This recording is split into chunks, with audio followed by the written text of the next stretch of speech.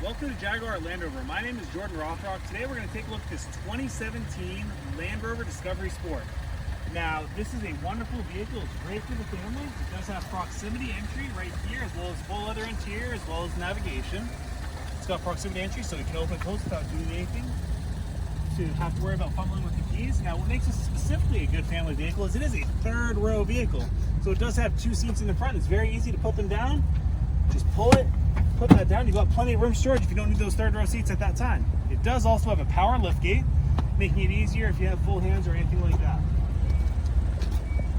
It's got plenty of room in the rear, as well as a heated second row seat. Now what's nice is you can put these down so they're near flat and they do lock into place. And then up front, this vehicle does have heated front seats as well as a heated steering wheel. It's got a fixed panoramic sunroof. It does also have the Meridian sound system as well as dual memory front seats.